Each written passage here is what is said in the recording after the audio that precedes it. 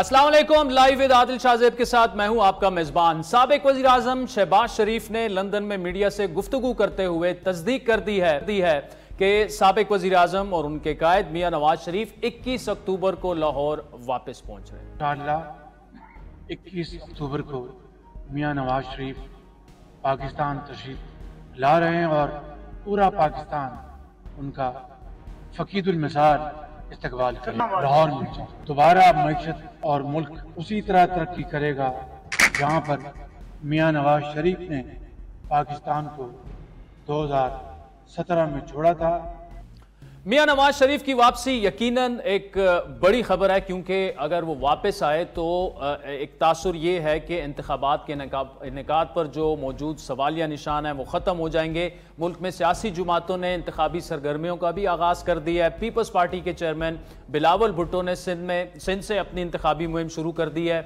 मुल्क में वो फौरी इंतखाबात कराने का मुतालबा लेकर सिंध से पंजाब की तरफ रवां दवा हैं। धुआंधार तकारीर में अपने साबिक इत्तेहादियों और इलेक्शन कमीशन को आड़े हाथों ले रहे हैं। सखर में मीडिया से गुफ्तगू में उनका यह कहना था कि मुल्क में इस वक्त हर किसी के लिए लेवल प्लेइंग फील्ड नहीं, और यही बिलावल भुट्टो के बकौल उनका बड़ा एतराज है। डेट का ऐलान का इख्तियार वो हमारी नज़र में, मेरा पार्टी की नज़र में इलेक्शन कमीशन के पास है, और इलेक्शन कमीशन ही डेट ऐलान करते हैं। और यही वजह है कि हम इलेक्शन कमीशन से ही रिक्वेस्ट करेंगे। लेवल प्लेइंग फील्ड नहीं है किसी के लिए, किसी एक के लिए तो है, लेवल प्लेइंग फील्ड नहीं है, और यही मेरा एतराज है।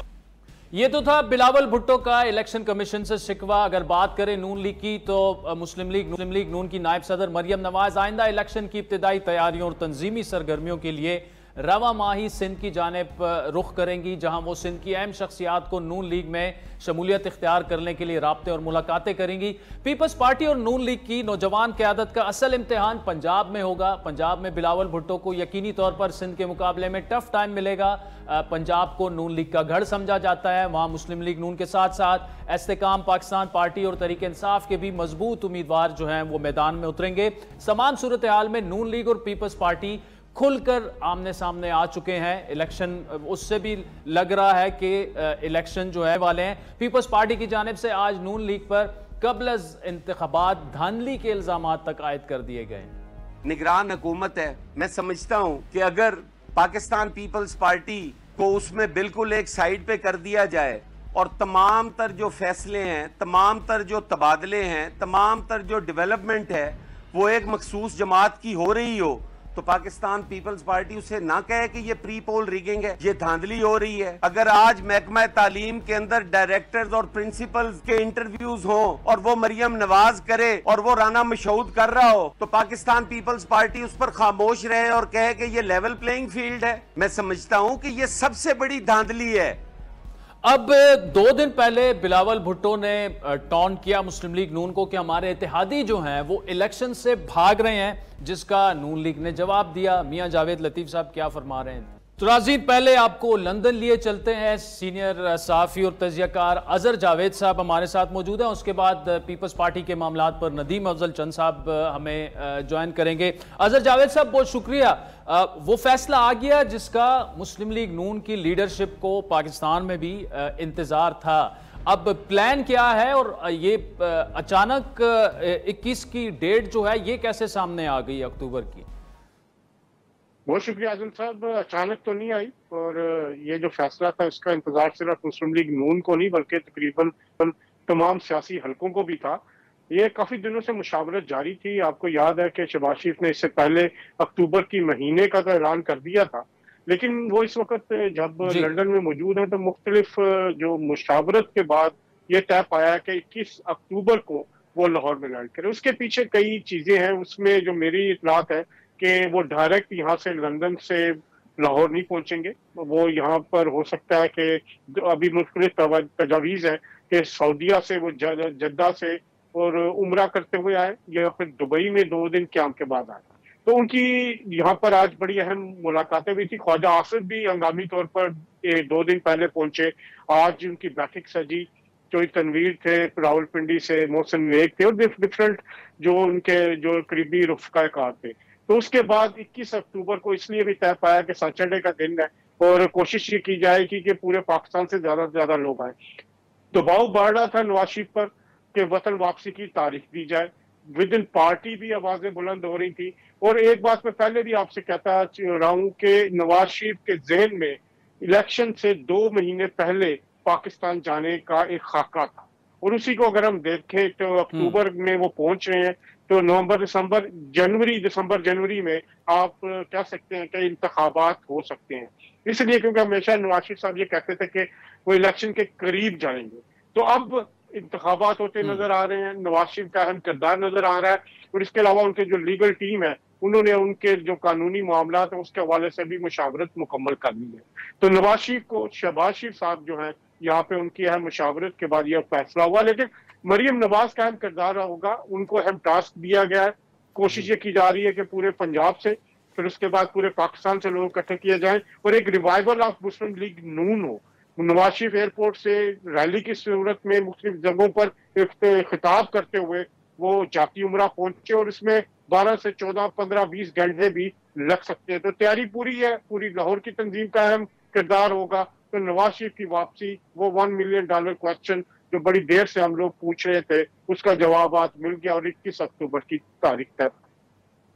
ठीक, अजहर साहब मुख्तसरन अगर ये बताइएगा कि अभी भी डाउट्स भी अभी भी इजहार उसका किया जा रहा है कि जी ऐसे ना हो कि ये तारीख पोस्टपोन्ड हो जाए, कैंसिल हो जाए, उसके कुछ इम्कानात आपको नजर आते हैं?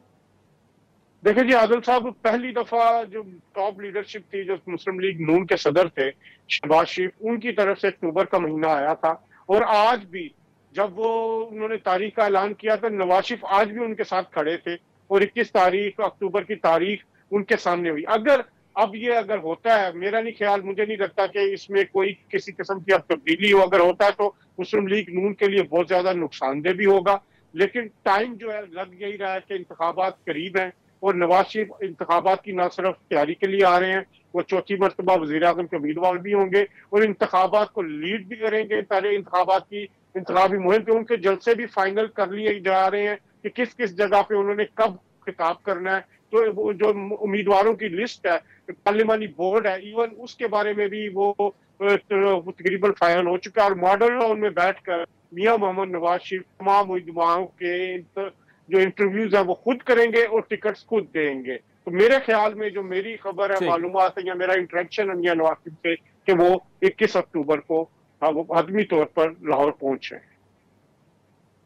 जी, अजहर जावेद साहब बहुत बहुत शुक्रिया।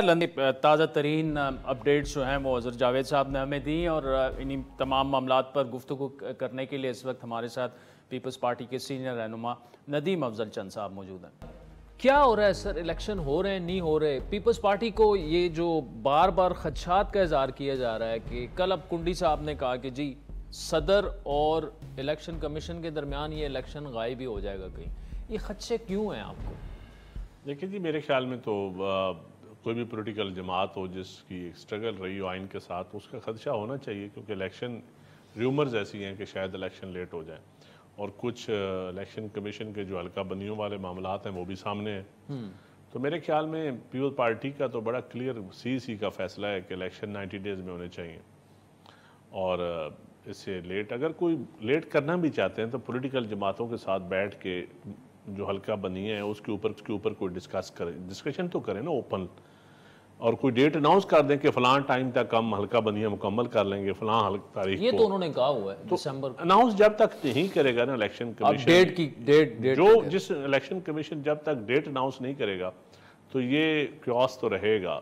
तो जरदारी साहब फिर ये बात क्यों नहीं कर रहे जो कि आप कर रहे हैं, बिलावल कर रहे हैं, आपकी CEC कर रही है? वो कुछ जरदारी साहब ने भी यही कहा कि हम इलेक्शन कमीशन के ऊपर एतमाद है और हम समझते हैं कि हल्का बंदियों के भाई इलेक्शन कमीशन की मीटिंग्स हुई हैं पीपल्स पार्टी के साथ, दूसरी जमातों के साथ।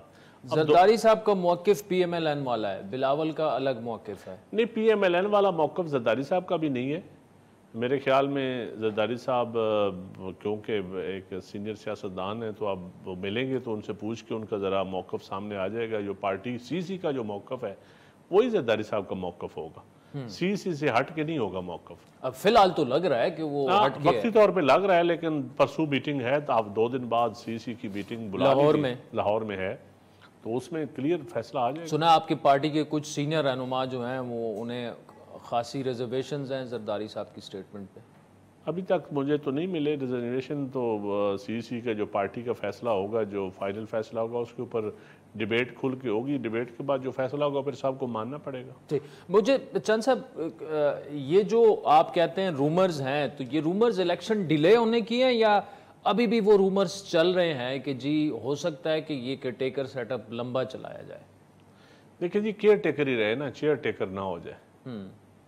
ये हमारा तो बड़ा क्लियर मौकफ है कि हम कहते हैं केयर टेकर ही रहे। तो आपने जबरदस्त टर्मिनोलॉजी बना दी है, चेयर टेकर। हाँ लंबे अरसे के लिए शायद काकड़ साहब कहीं चेयर टेकर ना मैं कोई भी हो, सूबों में हो, वफाक में हो, तो ये मेरे ख्याल में, क्योंकि मुल्क जिन हालात से गुजर रहा है ना आदिल साहब जी, इस्तेकाम बहुत ज़रूरी है, स्टेबिलिटी बहुत ज़रूरी है। पोलिटिकल इस्तेकाम आएगा तो मुआशी इस्तेकाम आएगा।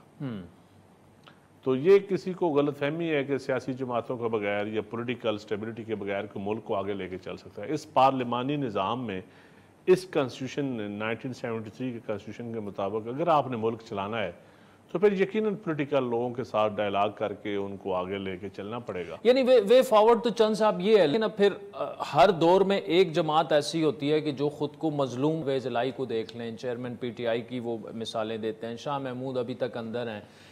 ये वाकई पॉलिटिकल विक्टिमाइजेशन है या वैसे ही वो बात कर रहे हैं? देखिए जी, पब्लिक के अंदर मैं समझता हूँ कि इदारों के ऊपर बिल्कुल निज़ाम अदल के ऊपर, इस अकाउंटेबिलिटी वाले कानून के ऊपर आवाज़ें तो उठ रही हैं, और मैं समझता हूँ इदारों की जिम्मेदारी बनती है कि अपनी क्रेडिबिलिटी ख़राब ना होने दें। अगर खुदा न खास्ता किसी इदारे की क्रेडिबिलिटी ख़राब हो जाए तो वो अवाम का नुकसान है, इस मुल्क का नुकसान है। और अगर आपने रियासत को फलते फूलते देखना है, दुनिया के साथ मुकाबला करना है, तो फिर दुनिया के साथ निज़ाम अदल का भी मुकाबला करना पड़ेगा, दुनिया के साथ अकाउंटेबिलिटी का भी। पॉलिटिकल इंजीनियरिंग के साथ मुकाबला नहीं हो सकता दुनिया के साथ। अगर आप पॉलिटिकल इंजीनियरिंग करेंगे, कोई भी पार्टी हो, उसकी पीपल्स पार्टी ने तो लंबा अरसा भुगती है ये पॉलिटिकल इंजीनियरिंग, 40 सालों से भुगत रहे हैं हम। अब अगर किसी और जमात से भी होगा तो पीपल्स पार्टी उसको अप्रिशिएट नहीं करेगी। हम तो खुद विक्टिम रहे हैं इस बात। अगर तहरीक इंसाफ पर पाबंदी लग जाती है, चाहे उसकी वजह जो भी हो, तो मेरे ख्याल में तहरीक इंसाफ पर पाबंदी नहीं लगनी चाहिए भी नहीं।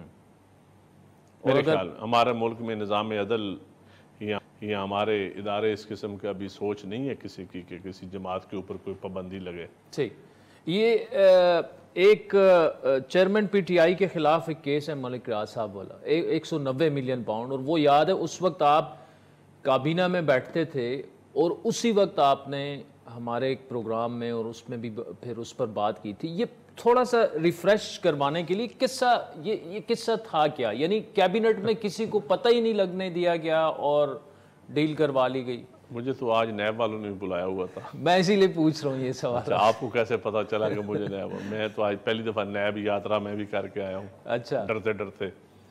तो उन्होंने पूछा, मैंने कहा जी जितना मुझे पता था, जो मैं टीवी पे इससे पहले भी बयान कर चुका हूँ कि इशू आया और शहजाद अकबर ने बयान किया कि हमारा उस एजेंसी के साथ एक एग्रीमेंट है और ये हम सीक्रेट है, इसको हम पब्लिश नहीं करेंगे या इसके ऊपर ज़्यादा डिबेट भी नहीं होनी चाहिए।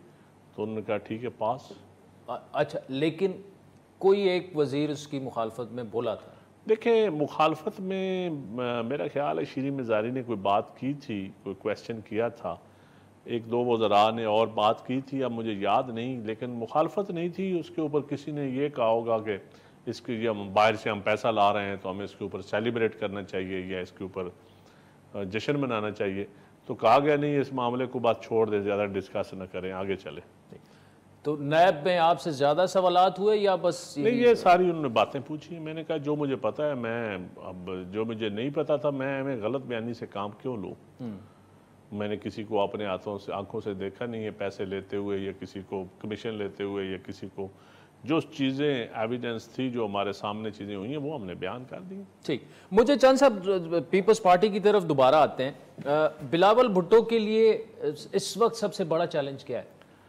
देखिए जी, बिलावल भुट्टो के लिए सबसे बड़ा चैलेंज है उसकी जो माँ की सियासत, उसके नाने की सियासत, जो पीपल्स पार्टी की एक नज़रियाती सियासत है ना।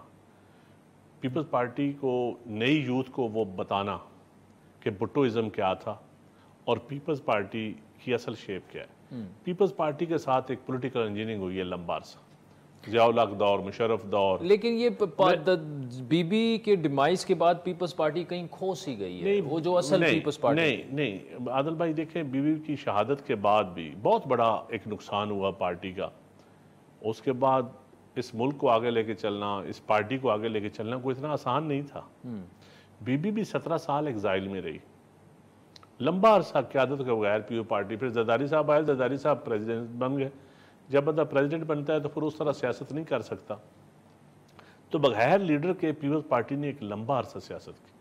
देखिए ना, जिस तरह आप बिलावल घर जा रहे हैं, लोग हलकों में वर्करों के पास, अपने कैंडिडेट्स के पास, किसी का फातिहा, किसी के अफसोस, किसी के साथ वैसे चाय पीना, ये शहीद भुट्टो ने किया था या बीबी ने चांद अरसा किया? वरना बेचारी बीबी भी अदालतों के चक्कर ही लगाती रही। जरदारी साहब भी ज़्यादा अरसा इस मुल्क में जेल में रहे। अब बिलावल साहब आके ये काम शुरू हुआ, ये आसफा बीबी ने किया है, तो ये अब शुरू हुआ है। तो पीपल्स पार्टी की असल मिरास ये है, लोगों तक पैगाम पहुंचाना, लोगों को बताना कि पीपल्स पार्टी है क्या। इस मुल्क में एक ही जमात है जो एक्सट्रीमिज्म के खिलाफ है। इस मुल्क में एक ही जमात है जो मजदूर का नाम लेती है, जो मजदूर के लिए कुछ प्रैक्टिकली काम भी करती है। चंद साहब एक ब्रेक लेते हैं नाज़रीन, फिर नदीम अफजल चंद साहब से गुफ्तगू जारी रखते हैं।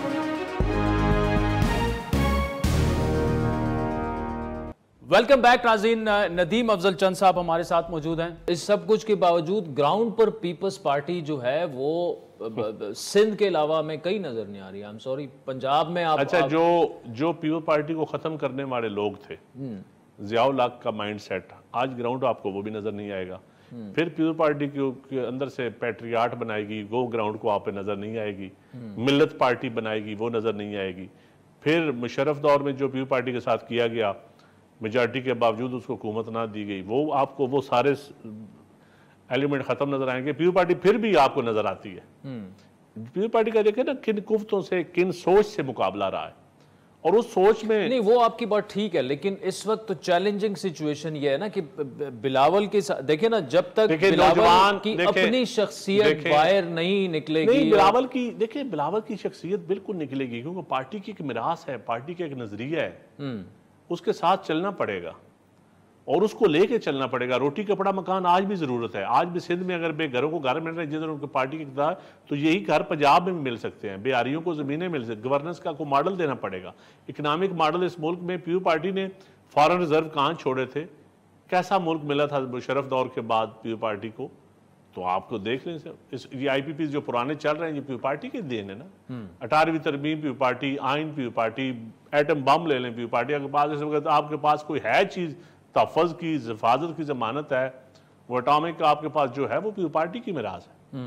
तो ये नौजवान नस्ल को यही बताना है, तो ये पैगाम के लिए लोगों से रब्ता करने पड़ेगा। और यंग जनरेशन जो है उसको पीपल्स पार्टी अल्टीमेटली बिलावल के साथ या पीपल्स पार्टी के साथ जोड़ना पड़ेगा। वो जो इस्लामिक टच के ऊपर सियासत करना चाहते हैं, इस्लामिक टच के ऊपर, वो पीपल्स पार्टी के अगेंस्ट होंगे। जो मिनॉरिटीज को हकूक नहीं देना चाहते, जो मजदूर के लिए बिल्कुल बात नहीं करना चाहते, वो पीपल्स पार्टी के मुखालफिन होंगे। जो मेजॉरिटी के ऊपर मिनॉरिटी के लिए बात करना चाहते हैं। अच्छा, अगर तो जरदारी साहब कल रिटायरमेंट अनाउंस कर देते हैं, ऐलान कर देते हैं, फिर बिलावल का रिवाइवल स्पीडी हो जाएगा थोड़ा सा। फिर नहीं, बिलावल का अब टाइम है रिवाइवल का, और जो किसी का टाइम होता है ना, वो वक्त खुद अपना रास्ता बनाता है। उसके लिए मैं समझता हूँ जरदारी साहब की सपोर्ट जो है वो पार्टी के लिए और बिलावल साहब के लिए बहुत अहम है, और वो सपोर्ट इंशाल्लाह रहेगी। और उसके लिए हमें वो जो सपोर्ट है जरदारी साहब की शक्ल में, वो सपोर्ट है इस वक्त हमारे लिए बैगेज नहीं है वो। ठीक, मुझे चंद साहब एक और अहम मामले पे आपसे बात करनी है। उस पर अक्सर हमारे प्रोग्राम में आप गुफ्तगू करते भी, ये जो चीनी वाला मामला, एक दफ़ा फिर चीनी माफिया जो है वो हाथ कर गया है पाकिस्तान के साथ। यानी कोई ऐसी सियासी जमात नहीं है जो कि इस माफिया के सामने सरनगू ना हुई हो। देखिए, बहुत तकड़े लोग हैं जी, जिनकी मिले हैं, जो इस मुल्क में बासर हैं। मेरे ख्याल में इसका परमानेंट हल आपको देना पड़ेगा, ओपन मार्केट करनी पड़ेगी। इनको रॉ शुगर इंपोर्ट करने दें, चीनी लीगल एक्सपोर्ट करने दें, ताकि ये लोग भी पैसे कमाएं और आवाम को भी एक सस्ती चीनी मिले। किसान की फसल गन्ना नहीं है। अगर आपने ये पॉलिसी बनानी है ना कि किसान गन्ना उगाए, किसान गन्ना नहीं उगाएगा तो उसकी जगह मक्की उगाएंगे, गंदम उगाएंगे, फ्रूट उगाएंगे, चावल उगाएंगे, ये कौमी फसलें हैं आपकी, इसका ज़र मुबादला आपको ज़्यादा मिलता है, इसका आपको फ़ायदा ज़्यादा होता है, आपकी गुर्बत इससे ख़त्म होती है। गन्ना जो है ये सिर्फ शुगर मिल की फसल है, इससे पैसे शुगर मिल वाला कमाता है। तो इसलिए शुगर गन्ने को बेशक डिस्करेज करें, मैं एज ए किसान आपको बता रहा हूँ। ठीक, इसके मुतबादल इतनी फसलें आ गई हैं, सब्जियां हैं, फ्रूट्स हैं, मक्की है, जो आपकी फूड सिक्योरिटी में काम आती है जी। और पाकिस्तान को इस वक्त फूड सिक्योरिटी का क्राइसिस है, और उस क्राइसिस से निपटने के लिए आपको वो तो है, लेकिन इस माफिया का क्या क्या क्या माफिया जो आपकी पार्टी में भी है, पीएमएलएन में भी है, तहरीक इंसाफ में भी है। देखिए आदिल भाई, पॉलिसी मेकिंग जब तक सरमायादार बैठा रहेगा ना, वो सरमायादार पैसा कमाने के लिए वजारतें लेगा, ब्यूरोक्रेसी में बैठा होगा, पॉलिसी मेकिंग में बैठा होगा, थिंक टैंक में बैठा होगा, और सरमायादार का कोई मतलब मुल्क या देश नहीं होता, उसको तो प्रॉफिट चाहिए होता है। ठीक, तो इस वक्त ये जो तबका है, अल्लाह ताला इनको और पैसा दे, हमें कोई दुख नहीं है, लेकिन सच्ची बात ये है कि ये इनके पैसों में हमारा खून शामिल है, किसान का खून शामिल है, आम आदमी का खून भी शामिल है, और वो निचोड़ते हैं जितना को निचोड़ सकें, लेकिन रियासत उनके सामने बेबस है। मैं नहीं समझता कि रियासत उनके सामने बेबस नहीं है। रियासत जो है ना, सरमायादार की सहूलतकार है, और सरमायादार रियासत का सहूलतकार है। तो रियासत को सोचना पड़ेगा कि ये सिर्फ सरमायाकार के लिए मुल्क नहीं है, ये अवाम, बाकी 80% अवाम नीचे है। आखिरी कमेंट, काकड़ साहब जो हैं वो प्राइम मिनिस्टर बने, उन्हें चंद हफ्ते तो अब गुजर गए हैं, हालात कैसे लग रहे हैं आपको? देखिए जी, ये जो डॉलर के ऊपर या गवर्नेंस थोड़ी सी बेहतर हुई है, कोई इंतज़ामिया मशीनरी ने काम शुरू किया है, स्टॉकिस्ट को पहली दफ़ा बड़ी मुद्दत बाद पता चला है। तो बाकी मैं निगरान हुकूमत को इतना ब्लेम इसलिए नहीं कर सकता कि निगरान हुकूमत को अवाम इतना सीरियस नहीं लेती। असल तो जब इलेक्शन होगा फिर ही आएगा। बाकी निगरान हुकूमत जो काम करेगी हम उनके मशकूर होंगे, जो अच्छे काम करेंगे, ठीक, अच्छी गवर्नेंस देंगे लोगों को, अच्छी ब्यूरोक्रेसी दें, अच्छे पॉलिसीज़ को इम्प्लीमेंट जो कर रहे हैं, वो जो डेवलपमेंट के काम हो रहे हैं, दूसरे काम हो रहे हैं, इंटरनेशनल एग्रीमेंट्स हैं, अच्छे काम करेंगे तो बेहतर होगा। लेकिन बड़ा मुश्किल काम है ये कुर्सी जो होती है ना, ये इसके साथ नेकनामी भी है और बदनामी भी है और अच्छाई भी है, बुराई भी, सारी चीज़ें चिमटी होती हैं। अब ये पता नहीं इंसान के हिस्से में क्या आती है। बस ये दुआ करें कि ये लोग चिमट ना जाएं, चेयर टेकर ही ना बन जाएं। नदीम अफजल चंद साहब, thank you so much for joining. वक्त तो चाहता है एक ब्रेक का, जिसके बाद बैरिस्टर अली जफर साहब हमें ज्वाइन करेंगे हमारे साथ।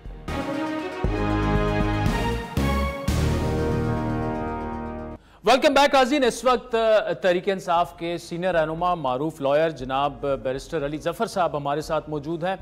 बैरिस्टर साहब, ये जो 9 मई के वाक़यात के लिए जो कि मुश्तरका तहकीकाती टीम जो बनी थी, अभी तक क्या आपसे कुछ शेयर की गई हैं चीज़ें कि क्या उन्हें गुनहगार करार दिया गया है, कितने मुकदमात दर्ज हुए हैं, कोई ऐसी अपडेट है? क्योंकि मीडिया में ज़राए से आज सारा दिन ये खबरें चलती रहीं कि जी शायद 10 मुकदमात में उन्हें गुनहगार करार दिया गया और 14 मुकदमात में तफ्तीश मुकम्मल कर ली गई है।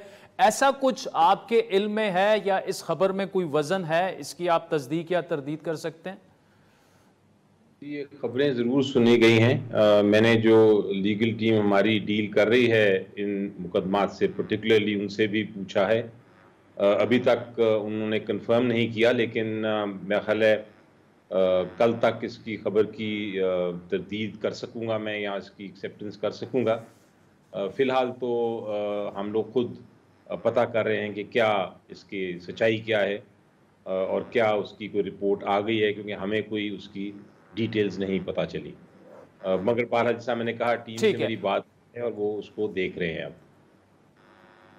ठीक, अच्छा बैरिस्टर साहब, तो अभी तक जो भी तफ्तीश वगैरह हुई है, तो क्या बतौरे रहनुमा पीटीआई की रिजर्वेशंस और वो भी हैं, कितने आप मुतमईन हैं कि वो कहते हैं ना इंसाफ होता नजर आना चाहिए? तो ये स्पेशली जो 9 मई वाले जो वाकयात हैं, ये JIT वगैरह जो बनी है, क्या टेक है सर आपकी इस पर? देखिए जी, ओवरऑल जो इसमें कोई शक की बात नहीं है कि एक चीज़ होती है प्रोसिक्यूशन और एक चीज़ होती है परसिक्यूशन। दोनों में जी। फ़र्क है। प्रोसिक्यूशन का मतलब है कि किसी ने अगर कोई जुर्म किया है तो आप उसके खिलाफ कार्रवाई करें और उसके खिलाफ अदालत में जाएं, फेयर ट्रायल हो, और वो अगर अपनी डिफेंस नहीं दे सकता तो फिर उसको सजा हो, अगर डिफेंस दे सकता है तो उसको उसमें वो बरी हो जाएगा। तो ये एक है प्रोसिक्यूशन। प्रोसिक्यूशन होती है जब आप प्रोसिक्यूट ना करें लेकिन आप किसी को सजा देने पे तुले हों और आप फिर मुकदमात बनाना शुरू कर दें। तो बहुत सारे मुकदमात ऐसे हैं जो कि मेरी नज़र में बेबुनियाद मुकदमे हैं। उनमें कोई वो इल्ज़ाम तो ज़रूर है लेकिन कोई सच्चाई नहीं उन इल्ज़ामात में। और उम्मीद यही रखी जाती है कि एक जुडिशल सिस्टम में जब इस किस्म के मुकदमात आएँ तो फिर वो बहुत जल्द फैसले उसमें हो जाएं और वो जो दूध का दूध है, पानी का पानी वो नज़र आ जाए, और अगर इल्ज़ाम झूठे हैं तो उसको फ़ौरन जो केस है उसको ख़त्म कर दिया जाए। लेकिन हमने देखा कि वो डिलेज़ हो रहे हैं, हमने देखा कि लोग अरेस्ट होते हैं तो अभी बाहर निकलते हैं बेल करा के, मुकदमे खारिज करा के भी बाहर निकलते हैं तो दूसरे मुकदमे हो जाते हैं और फिर उनको अरेस्ट कर लिया जाता है। तो इस किस्म की अब सिचुएशन बहरहाल हमारे लीगल सिस्टम में रहते हुए ही हमको फेस करनी है और की जा रही हैं, और बड़ी दिलेरी से उनको फेस करेंगे भी हम।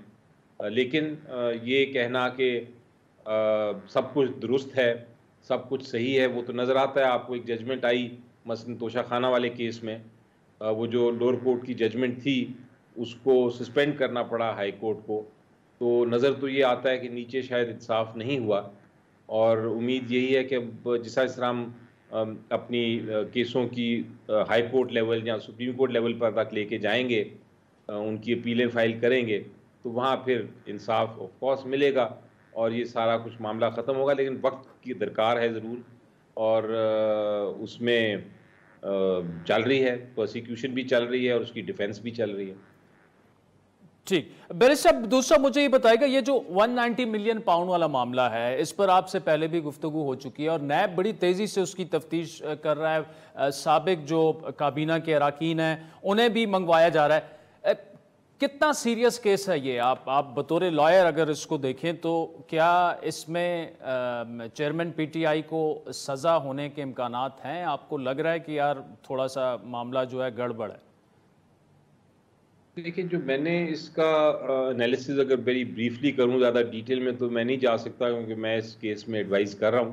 लेकिन अगर इसको मैं बड़ा सिंपली इसको आपके सामने पेश करूं तो इसके दो हिस्से हैं। एक हिस्सा ये है कि क्या जो बनाई गई यूनिवर्सिटी, क्या अल-कादिर यूनिवर्सिटी, उसमें कोई मसला है, कोई इशू है?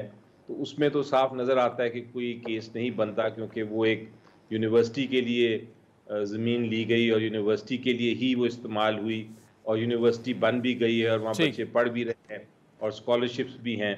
तो वो उसमें तो कोई ऐसा इशू मुझे नहीं नज़र आ रहा। दूसरा क्वेश्चन है कि क्या वो जो पैसे पाकिस्तान वापस लेके आए गए और जो काबीना ने फैसला किया, क्या वो नैब का जुर्म बनता है? उसमें एक तो टेक्निकल मामला बड़ा क्लियर है कि जब भी नैब का जो तरामीम हुई उसमें बड़ा क्लियरली ये लिखा है कि जब काबीना कोई फैसला करती है तो वो नैब के दायरे इख्तियार में नहीं आएगा, वो उनकी जुरिसडिक्शन में नहीं आएगा, क्योंकि सारी काबीना ने मिलकर फैसला किया है।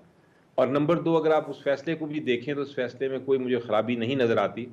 वो फैसला यही है ना कि जो पैसा है वो पाकिस्तान में वापस लाया जाए, और उसके लिए एक इजाज़त ली गई थी काबीना से कि क्या ये हम इजाज़त दे दें जो इंग्लैंड की कंपनी है उसको, उनको इजाज़त दे दें कि वो पैसे वहाँ से रिलीज़ करके पाकिस्तान लाने की इजाज़त वहाँ से इजाज़त दे दें। तो ये इजाज़त काबीना ने दे दी कि हाँ जाके आप दे दें। तो इसमें मुझे कोई जुर्म नहीं नज़र आता। लेकिन बहरहाल लेकिन सर इसमें थैंक यू बैरिस्टर साहब, आपने बड़ा ज़बरदस्त तरीके से इसको एक्सप्लेन किया। आखिर में देखें जो आखिरी पॉइंट है कि क्या वो पैसे पाकिस्तान आ जाएं उसकी इजाज़त देगी, लेकिन वो पैसे एक्चुअली मलिक रियाज साहब को ही फ़ायदा पहुंचा, उनका जुर्माना जो है वो जाके अदा हुआ, तो फ़ायदा उन्हें पहुंचाया गया और यही मेरा ख्याल है कि बड़ा इल्ज़ाम है उसमें। जी, उसमें भी बड़ा एक सिंपल मेरा सवाल है आपसे। अगर तो ये पैसा जो था, ये पैसा अगर तो पैसा हुकूमत पाकिस्तान का था और मलिक रियाज साहब का या जिसका भी था, बहरिया टाउन का, उनका नहीं था, तो फिर तो ये बहुत बड़ा जुर्म है।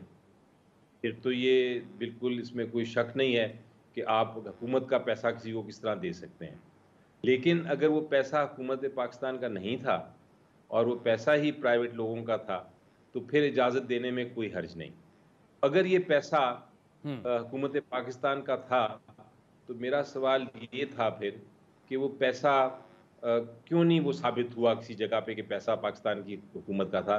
क्यों नहीं ये कोई केस फाइल किया गया और ये उसमें ये दिखाया गया कि ये पाकिस्तान हुकूमत का पैसा था? वजह उसकी ये है कि बाहर के मुल्कों ने ये पैसा जो कंपनी है जो इंग्लैंड की, उन्होंने इस पैसे को फ्रीज़ किया था, और फ्रीज़ इसलिए किया था कि उस वक्त की हुकूमत ने कहा कि पैसा हमारा है।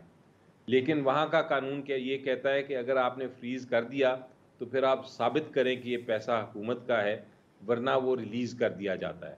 और उसको साबित करने के लिए आपको कोई प्रूफ दिखाना है, आपने कोई केस दिखाना है कि हाँ ये देखें पैसा हुकूमत का था, ये मनी लॉन्ड्रेड पैसा है। ऐसा तो मैंने कोई केस नहीं देखा। तो ये अगर पैसा किसी प्राइवेट शख्सियत का था और हुकूमत का नहीं था, तो फिर उसमें इजाज़त देनी कि वो पाकिस्तान आ जाए, मुझे कोई उसमें जुर्म नहीं नज़र आता। ये है इशू।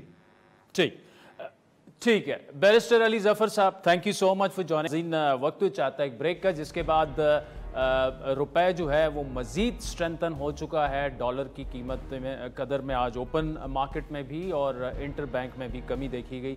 तफसीली गुफ्तगू करेंगे। मलक बुस्तान साहब हमें ज्वाइन करेंगे एक ब्रेक के बाद। वेलकम बैक नाज़रीन। मुल्क भर में बिजली चोरी के खिलाफ क्रैकडाउन जारी है। इस ऑपरेशन में बज़ाहिर हुकूमत को कामयाबी भी मिल रही है। इस हवाले से सेक्रेटरी पावर डिवीजन ने इंकशाफ ये किया है कि बिजली चोरों के खिलाफ ऑपरेशन के दौरान 8 करोड़ यूनिट बिजली चोरी का खोज लगाया गया है। बहुत बड़ा ये दावा है उनकी जानिब से।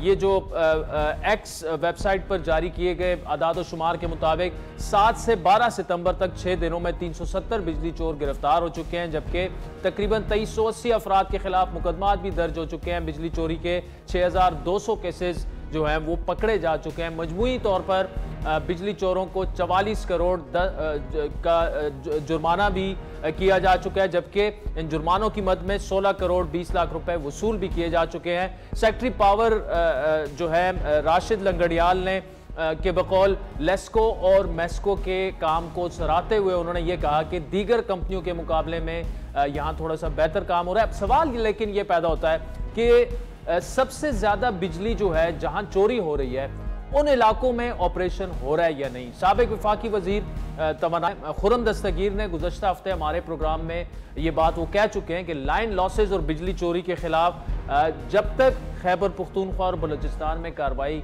नहीं होगी तब तक मज़बूत नताइज एक्सपेक्ट ना किए जाएं। में सबसे बड़ा लॉस जो है वो इस वक्त कोयटा इलेक्ट्रिक सप्लाई कंपनी में 138 अरब का, ठीक है, और उसके बाद पेशावर में है पेशावर में 129 अरब का, उसके बाद पेशावर है 123 अरब का जो पेस्को है। उसके बाद फिर जो है सक्खर और हैदराबाद 58 और 59 उस पे हैं।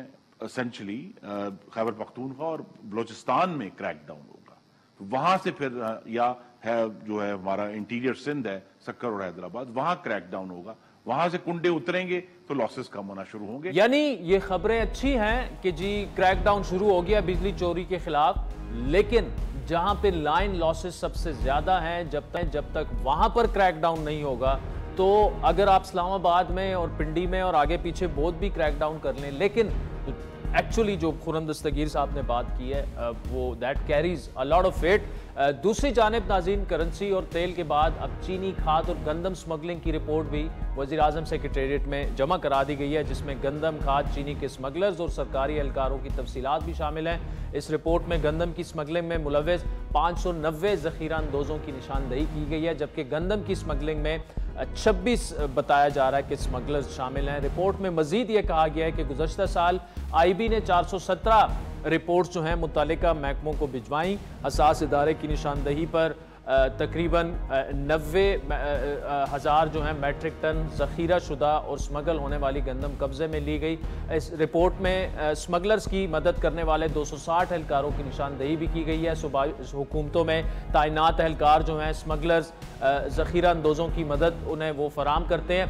रिपोर्ट के मुताबिक पंजाब में 272, सिंध में 244 और KP में 56 सरकारी एहलकार जो हैं वो स्मगलरों के मददगार हैं। ये बड़ी अहम रिपोर्ट है। जबकि बलूचिस्तान में 15 और इस्लामाबाद में 5 एहलकार जो हैं वो स्मगलरों के साथी हैं बाकायदा। आपको याद दिलाते चले कि इससे पहले हसास इदारे की रिपोर्ट में इंकशाफ किया गया था कि ईरानी तेल के कारोबार में 29 सियासतदान भी मुलव्वस हैं। इसके अलावा डॉलर के कारोबार से मुतालिक हुंडी हवाले के खिलाफ भी मुल्कगीर मुहिम जो है वो जारी है और अब तक 40 से 50 लोग पकड़े जा चुके हैं। हुकूमत के सख्त इक़दाम के सबब रुपए की कदर में इजाफे का रुझान जारी है। आज इंटर बैंक में डॉलर मजीद ₹2.16 सस्ता होकर 300 से नीचे आ गया है और ओपन मार्केट में डॉलर की कीमत में कमी हुई है जो गुज़श्ता 20 दिनों की कम तरीन सतह पर है। डॉलर की कदर में मजीद कमी होगी या नहीं, क्या ये आर्जी फिनोमेना है, इस वक्त मार्केट सेंटिमेंट क्या है, तफसीली गुफ्तगू पाकिस्तान करेंसी एक्सचेंज एसोसिएशन के चेयरमैन जनाब मलिक बोस्तान साहब हमारे साथ मौजूद है। मलिक साहब बहुत शुक्रिया। एक तो ये बताइएगा कि रुपए जो है वो बड़ी तेजी से गिरा ओपन मार्केट में। हमने ये भी देखा कि शायद पहली दफा कल से ओपन मार्केट में सस्ता हो गया है डॉलर, इंटर बैंक से भी सस्ता हो गया है। ये हो रहा क्या है? जो कुछ हो रहा है बहुत ही अच्छा हो रहा है और उसका सारा क्रेडिट में आर्मी चीफ आसिम मुनीर साहब को जाता है जिन्होंने बर वक्त ये क्रैक डाउन किया और माफी के खिलाफ एक समझो इकोनॉमिक वार लड़ रहे हैं जिसके साथ हम पूरी कौम उनके साथ और एक पूरी कौम में यूसी से एक उम्मीद की किरण है कि आप कुछ पाकिस्तान में कर गुजरेंगे ये फौज की चीफ में। इससे पहले सारे दावे थे लेकिन अब दावों का वक्त नहीं, अब काम का वक्त है। तो उसी काम ने काम कर दिखाया और जितने भी स्मगलर थे पकड़े गए, जैसे आप लोग चीनी के स्मगलर थे और खाद के स्मगलर, गंदम के स्मगलर, सारी चीजें सस्ती होना शुरू हो गई हैं। सबसे बड़ा जो माफिया था वो डॉलर माफिया था क्योंकि जितनी भी चीजें स्मगलिंग होती हैं उसके बदले ये डॉलर माफिया डॉलर प्रोवाइड करता था ब्लैक मार्केट से उन्हें, और जिसकी वजह से पाकिस्तानी रुपया दिन ब दिन कमजोर हो रहा था और 350 के करीब था। उस वक्त हमने आर्मी चीफ से अपील की कि अभी भी अगर आप लोगों ने इनके खिलाफ एक्शन नहीं लिया फिर पाकिस्तान का रुपया अल्लाह ही हाफ़िज़ है और पाकिस्तान की मैशत बिल्कुल इनको यरगमाल बना लेंगे। उन्होंने बर वक्त ये फैसले किया और जिसका नतीजा आपके सामने है।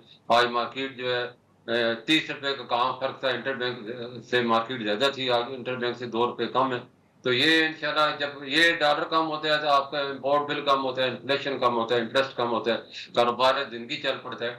लेकिन इसका शर्त यही है, ये शैतान के वो कहते हैं कुत्ते की वो तुम्हें जब तक बांस में रहती है तो ठीक है, बांस से बिलों से बाहर निकलती है फिर खड़ी हो जाती है। इस दम को काटने का यही तरीके परमानेंट बुनियादों पर स्मगलिंग बंद की जाए, उन्हें ऑफिशियल चैनल में कन्वर्ट किया जाए। अभी पाकिस्तान से जितने भी आप ये चीजें फिक्र बता रहे थे ये सारे अफगानिस्तान जाते हैं और ईरान से आते हैं और पाकिस्तान में फैल जाते हैं और इसके बदले उन्हें डॉलर चाहिए होता है, रुपया तो वो लेते नहीं है। और डॉलर फिर कहाँ होता है, डॉलर ब्लैक मार्केट से लिया जाता है और उनको दिया जाता है। अब बार्टर ट्रेड तो है नहीं, या लोकल करेंसी तो हम ट्रेड ही नहीं करते, हम इतने नालायक हैं। मुझे मलिक साहब ये बताइएगा इस वक्त मार्केट की सूरत हाल क्या, लोग ला रहे हैं डॉलर बेच रहे हैं? क्योंकि ये बताया गया था कि लोगों ने जखीरा किए हुए हैं, होल्ड किया हुआ है, डॉलर खरीदे हुए हैं, वो कहां जा रहे हैं या फिलहाल उन्होंने होल्ड किया हुआ है डॉलर्स को अभी भी? देखो जो लीगल जिनके पास पैसे है वो तो बेचने आ रहे हैं और उनको पता है डॉलर का रेट 330 से करते करते आज 290 के करीब पहुंचने वाला है। तो ऐसा ना हो कि तो वो हर आदमी बड़े दौड़ में शामिल है कि मैं सबसे पहले मैं बेचूं, सबसे पहले अपना प्रॉफिट टेकिंग कर लूं। तो आज 2 दिन से हमारे पास पैसे खत्म हो जाते हैं, इतने लोग बेचने आते हैं क्योंकि 5 बजे बैंक बंद हो जाते हैं और बैंक जब बंद होते हैं तो हमारे कैश फ्लो रुक जाता है, फिर नेक्स्ट डे में हमें फिर बाइंग करनी पड़ती है। तो ये बड़ा अल्लाह का शुक्र है, ये इसी तरह ऑपरेशन जारी है मुस्तकिल। जैसे अभी कल स्पेशल इन्वेस्टमेंट ने कहा है कि हम इसको जब तक 250 का नहीं हो जाता हम इसको ऑपरेशन को जारी रखेंगे। मैंने कहा भाई आप उस वक्त क्यों जारी रखें, इसको तो हमेशा जारी रखें। जब भी ये सारे उठाए इन्हें पकड़े और इनको सख्त सजाएं दें ताकि इबरत का निशान बने, किसी को पाकिस्तान के मैशत और रुपये से खेलने की जरूरत ना हो। ये अगर मुस्तकिल बुनियादों में रहेगा तो पाकिस्तानी रुपये भी मुस्तकिल बढ़ता रहेगा और डॉलर करेगा, क्योंकि हमारा रुपया जो सही वैल्यू है वो ब्लूमबर्ग ने बताया कि वो 240-250 के करीब है। तो इसमें 4 जुलाई के 270 था और उसके बाद निगरान सेटअप आया, उसके बाद बढ़ते बढ़ते अब 350 के करीब गया, वापस 270 है पहले टारगेट और उसके बाद 250 है। तो इंशाल्लाह इस टारगेट को जरूर टच करेगा। ठीक, यानी इसमें मलिक साहब कितना टाइम लग सकता है? जिस तरह आप तो एक्सपेक्ट ये कर रहे हैं कि शायद 250 के आसपास रुपए आ जाएगा, ये आपको मार्केट में होता हुआ देख रहा है, लेकिन इस पे कितना अरसा लग सकता है आपके ख्याल में? देखो जी, इस वक्त तक हमारा जो आइडिया है एक पर डे एवरेज जो 1 रुपया गिर रहा है, तो अगले 50 दिन में ये तो गिर सकता है। अभी 200 अगर 350 यानी 50 दिन इसको और चाहिए वर्किंग डे, तो वो यानी कि 2 महीने के अंदर अंदर ये फिर टारगेट पहले भी पहुंच सकता है, क्योंकि एक्सपोर्ट प्रोसीड अभी तक नहीं है। एक्सपोर्टर जो अभी तक यही ख्वाब देख रहे हैं, ये वक्ती तौर पर पहले भी कई दफे ऐसे हुआ है, डॉलर गिरता है फिर बढ़ जाता है, तो वो ये उम्मीद पे बैठे हुए हैं। लेकिन जब 250 तक हो जाएगा तो फिर इनको यकीन होगा, फिर इनके ख्वाब सारे धरे के धरे इनके, तो इनके जितने भी ये ख्वाब देख रहे हैं डॉलर को बढ़ने के, उस वक्त इनको यकीन होगा हमने बड़ी गलती की, 330 में नहीं बेचा और फिर 250 में बेचेंगे, और 250 के बाद अगला टारगेट इसका और भी मजीद भी कम हो सकता है। क्योंकि इस वक्त जितनी भी कार्रवाइयां हो रही हैं वो ठोस बुनियादों पे हो रही हैं। मार्केट का तो ठीक है, लेकिन इंटर बैंक में भी समझो एक माफिया बैठी हुई है जो कि इम्पोर्टर के बाद एक्सपोर्टरों में अंडर इनवाइस करके money laundering, trade money laundering करते हैं, तो उनके खिलाफ भी केस रजिस्टर होने शुरू हुए, पकड़ना शुरू कर दिया। वो सबसे बड़ा माफिया है, क्योंकि उसको सिर्फ मिनटों में उनका माल इधर से उधर हो जाता है और पैसा, इसमें जो फिजिकली स्मगलिंग है इसमें काफी पापड़ बेलने पड़ते हैं, काफी खतरात होते हैं, लेकिन इनके लिए कोई खतरात नहीं। जब भी ये पकड़े जाते हैं तो फिर ये प्राइम मिनिस्टर हाउस पहुंच जाते हैं और वहां जाकर हम जी व्हाइट कॉलर कारोबारी लोग हैं, क्या करें इसके। मुझे मलिक साहब आखिर में ये बताइएगा, अब तक ये जो कार्रवाइयां हुई हैं, क्या कोई बड़ी गिरफ्तारियां भी हुई हैं, कोई कंपनियां भी एक्सचेंज बंद हुई हैं? ये जो क्रैकडाउन हम सुन रहे हैं, ये हो रहा है क्या है एक्चुअली? देखो, एक्सचेंज कंपनी में तो कोई ऐसी बड़ी कंपनी नहीं आई जिसका ये इन्वॉल्व हुई हो। छोटी मोटी कंपनियों का 2 हफ्ते पहले स्टेट बैंक ऑडिट कर रही है और उनके लाइसेंस वायलेशन पे सस्पेंड किए गए। अभी तक कोई बड़ी कंपनी का कोई आया नहीं। आज जैसे खबरों में बताया जा रहा था कि बहुत बड़ा नेटवर्क अदारों ने पकड़ा है जो कि 78 बैंकों में लाकत थे, उसमें इलीगल मनी चेंजर और बैंकर के मैनेजर और कैशियर शामिल थे, और उसमें सुना है कि मिलियन ऑफ डॉलर जो है उनके अंदर पड़े सीज कर दिए गए। तो ये एक बहुत बड़ी खबर है। अगर ये सच है तो अगर इसमें से कुछ निकलता है तो बहुत बड़ी कामयाबी होगी। जैसे कोयटा में एक घर से 1 करोड़ डॉलर निकला है, तो हो सकता है 1 लाख से 1 करोड़ डॉलर निकला है, तो पाकिस्तान की तो किस्मत बदल जाएगी। जी, मलिक बोस्तान साहब, बहुत बहुत नाज़रीन, अच्छी खबरें हैं एंड वी होप कि ये खबरें जो हैं बेहतर मुस्बत खबरें आती रहेंगी and this is the only way forward for Pakistan. तो आज के प्रोग्राम पर फीडबैक ज़रूर दीजिएगा। हमारा ट्विटर हैंडल है @आदिल शाह से। इजाज़त दीजिए, अल्लाह हाफ़िज़।